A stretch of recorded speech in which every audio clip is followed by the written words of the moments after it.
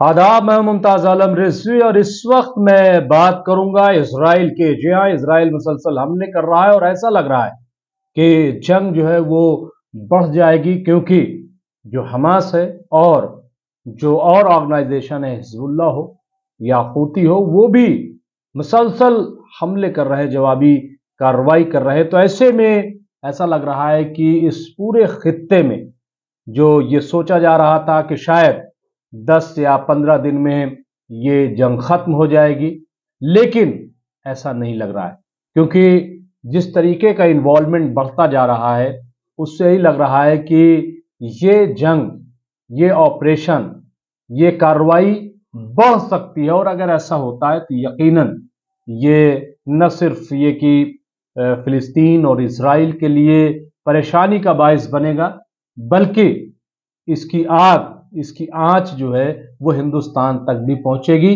दूसरे ममालिक भी इससे मुतासिर होंगे, वह वो ईरान हो या अरब हो, टर्की हो या मिस्र हो, जो भी हैं वो सब इससे प्रभावित होंगे, इससे मुतासिर होंगे।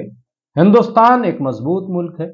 हिंदुस्तान ने हालांकि यूएनओ में जब जंगबंदी का प्रस्ताव आया तो उसमें उसने हिस्सा नहीं लिया, लेकिन अब ऐसा लग रहा है कि हिंदुस्तान पर भी प्रेशर बढ़ रहा है और हिंदुस्तान भी यही चाहता है कि किसी सूरत जंगबंदी हो जाए। ईरान के प्रेसिडेंट ने, ईरान के लीडरान ने पीएम नरेंद्र मोदी से बात की और जंगबंदी की बात की कि हिंदुस्तान को भी आगे आना चाहिए और ये जो जंग जारी है इसको रोकने में पेशकदमी करनी चाहिए। अब इस जंग के बीच हिंदुस्तान और अमेरिका के दरमियान भी दो पक्षी वार्ता होने जा रही है, मीटिंग होने जा रही है। ये मीटिंग जुमा के दिन होगी।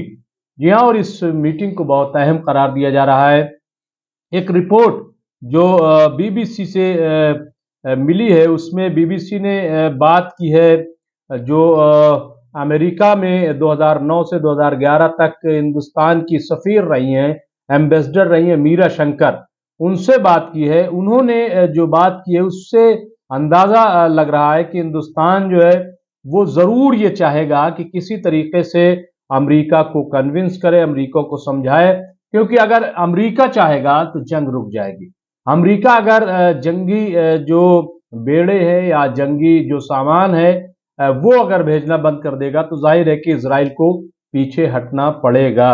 उन्होंने बीबीसी से बात करते हुए कहा कि भारत के लिए खास तौर से समस्या हो सकती है, क्योंकि ऊर्जा को लेकर हम वेस्ट एशिया, यानी एनर्जी को लेकर के हम वेस्ट एशिया पर निर्भर हैं। दूसरा ये कि वहां काम करने वाले भारतीय लोगों की संख्या, तादाद बहुत ज्यादा है, तो अगर वहां जंग बढ़ती है तो हमारे लिए ये बहुत बड़ी परेशानी का बाइस बन जाएगी, सबब बन जाएगी, क्योंकि तब लोग वापस आएंगे, रेमिटेंस पर भी असर पड़ेगा, आर्थिक तौर से बैलेंस ऑफ पेमेंट प्रभावित होगा। तो हमारे हक में तो यही है कि किसी भी सूरत जल्द अज जल्द इस जंग को रोका जाए। ये कहना है, आप देखिए बीबीसी से बात करते हुए मीरा शंकर ने कहा है, जो कि अमेरिका में सफीर रही हिंदुस्तान की, एम्बेसडर थी, और ये बात शुरू से कही जा रही है। हम भी इस बात पे बार बार जोर देते रहे हैं, डिबेट्स में भी, अपने प्रोग्राम्स में भी, कि हिंदुस्तान को बहुत अहम रोल अदा करना चाहिए था।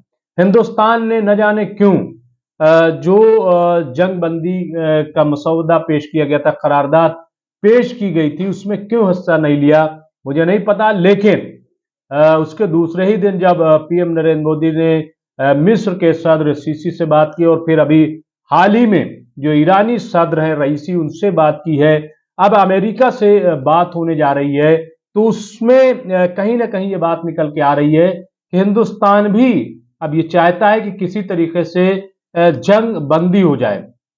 अगर जंग जारी रहती है और हिंदुस्तान में क्राइसिस बढ़ती है तो जाहिर है कि इसका असर 2024 के लोकसभा चुनाव पर भी पड़ेगा।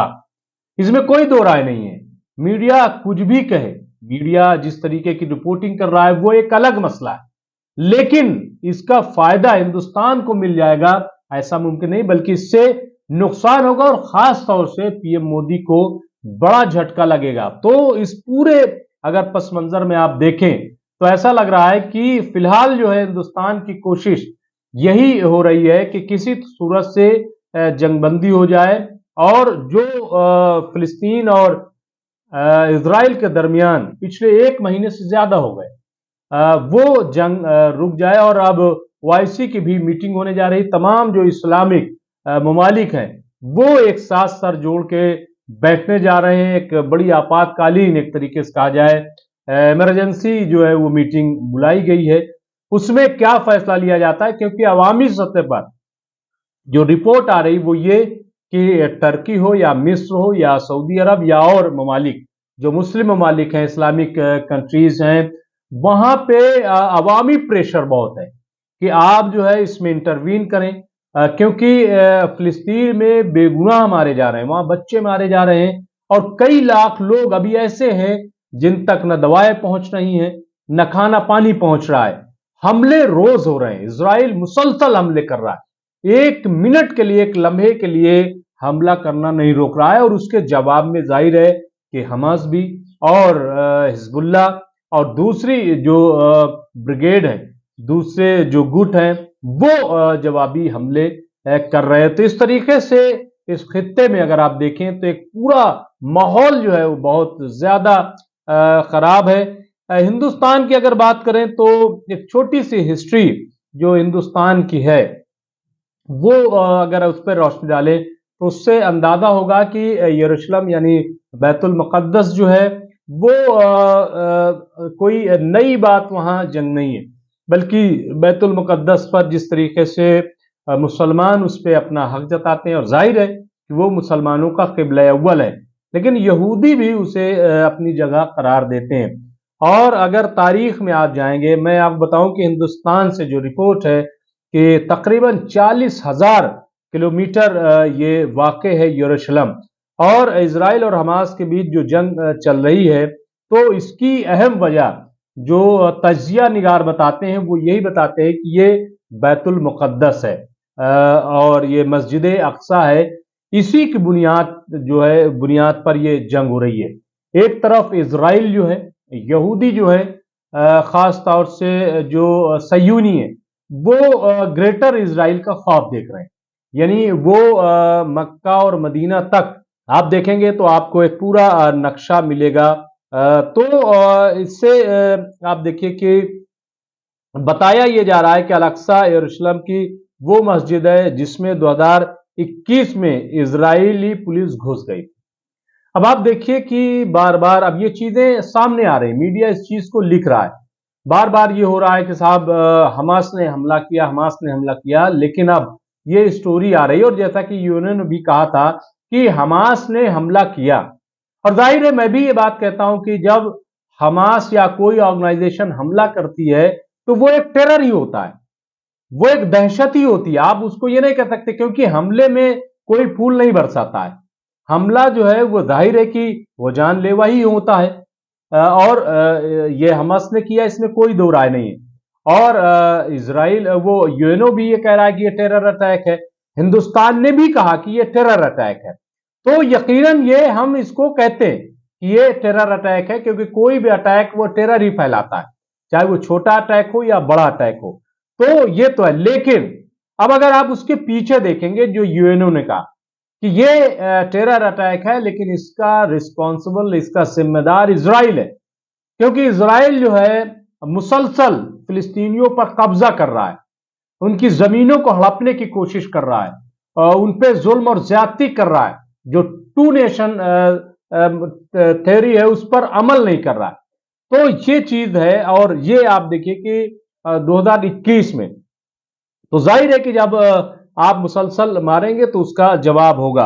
हमास ने इजराइल पर 7 अक्टूबर को हमला किया और उसके बाद से आप देखिए कि मुसलसल ये जंग जारी है। 105 साल पहले ये हिस्ट्री बताई जा रही है कि यरूशलेम शहर को हिंदुस्तानी यानी अंग्रेज हिंदुस्तानी फौजियों ने ऑटोमन जो साम्राज्य था उसको हराकर अंग्रेजों के लिए जीत दिलाई थी। यहाँ यरूशलेम को यानी ये मस्जिद अक्सा और बैतुल मुक़द्दस को अंग्रेजों के लिए हिंदुस्तानी फौज ने, यानी हिंदुस्तान की उस वक्त जो अंग्रेजों की फौज थी उसने जो है वो 105 साल पहले यहाँ पे यानी 1917 में एक जंग लड़ी थी और उसमें जो है वो जीत दिलाई थी। ये हिस्ट्री आ रही है। तो एक हिस्ट्री इसका कहने का मतलब यह है कि हिंदुस्तान का रिश्ता जो है किसी न किसी एतबार से बहुत पुराना है। और उस वक्त जो हिस्ट्री बताती है, जो जो हमने पढ़ा, ये बताया जाता है कि उस वक्त अंग्रेजों ने कहा था यहूदियों से कि हम तुमको जो है यरूशलेम देंगे और ये जगह तुम्हारी हमेशा के लिए होगी। आज लोग सोच रहे हैं कि क्यों अमेरिका साथ दे रहा है, क्यों जो है वो जर्मनी साथ दे रहा है, क्यों फ्रांस साथ दे रहा है। तो इससे आप अंदाजा लगाए, ब्रिटेन क्यों साथ दे रहा है, तो इससे अंदाजा लगाइए और उसकी वजह क्या है। क्योंकि इनको ईसाइयों को भी ये डर लग रहा है कि अगर यहूदी उनके यहां पहुंच गए तो फिर एक बहुत बड़ी प्रॉब्लम हो जाएगी। इसलिए इनको यहां पे आबाद कर दिया और यहां इनको चारों तरफ से आप देखिए कि जंग में उलझा कर रख दिया। तो ये एक बहुत बड़ी ईसाइयों की तरफ से या जो पॉलिसी मेकर हैं उनके उनकी तरफ से ये एक बहुत बड़ी प्लानिंग भी की गई, ऐसा लगता है। अब आप देखिए 1918 तक यरूशलेम शहर पर तुर्की के ऑटोमन साम्राज्य का यानी ऑटोमन एम्पायर जो था उसका कब्जा था। इस्लाम धर्म में मक्का मदीना के बाद जैसा कि हमने बताया कि यरूशलेम यानी बैतुल मुकद्दस मस्जिद अक्सा जो है वो तीसरा सबसे बहुत ही पाकीज़ा शहर है। इन तीनों शहरों पर शासन होने की वजह से ऑटोमन साम्राज्य यानी ऑटोमन एम्पायर जो है को मुस्लिमों के खलीफा का दर्जा मिलता था। दुनिया भर के मुस्लिम इस खलीफा की इज्जत करते थे, ऐसी हिस्ट्री है। फर्स्ट वर्ल्ड वॉर यानी पहली जो आलमी जंग है उसके दौरान ऑटोमन साम्राज्य जर्मनी के साथ मिलकर ब्रिटेन और दूसरे पश्चिमी देशों के खिलाफ जंग लड़ रहा था। जंग के शुरुआती दौर में तुर्कों ने इराक और यूरोप में अंग्रेजों को बुरी तरह से हराया। खलीफा बुरी तरीके से हराया। खलीफा पर हुए इस हमले की वजह से दुनिया भर के मुस्लिम अंग्रेजों का विरोध कर रहे थे। हालांकि अंग्रेजी फौज में शामिल मुस्लिम सिपाहियों पर इसका ज्यादा असर नहीं हुआ। जाहिर है कि जो सिपाही होते हैं, जो फौज के एहलकार होते हैं, वो तो फौजी होते हैं, वो ना हिंदू होते हैं ना मुसलमान होते हैं, उनको बांटा भी नहीं जा सकता। और ये सही चीज है, ये एक वफादारी है। और ये तो हमने मुगलों का दौर में भी देखा है और भी तमाम कि जहां पे हिंदू मुस्लिम ये सब नहीं होता है। तो ये जाहिर है कि वफादारी जो है हमेशा हिंदुस्तान में रही है, हिंदुस्तान को मुसलमानों में रही है। जनवरी 1917 में ब्रिटेन ने गाजा और फिलिस्तीन पर मिस्र की तरफ से हमला किया तो उनकी सेना में काफी तादाद में भारतीय भी शामिल थे। करीब 6 महीने की लड़ाई के बाद आखिर में जर्मनी और ऑटोमन साम्राज्य को हार का सामना करना पड़ा। अब अगली बारी हाइफा और यरूशलेम की थी। अंग्रेजों के लिए दोनों जगह जीतना बहुत जरूरी था क्योंकि जंग लड़ रही उनकी सेना के लिए समुंदर से होकर सामान जाता था। पहाड़ और ऊंचाई पर होने की वजह से ब्रिटिश सेना के लिए इन दोनों जगहों पर कब्जा करना मुश्किल था। ऐसे वक्त में ब्रिटिश फौज की भारतीय रेजिमेंट ने दोनों शहरों को जीतने का फैसला लिया।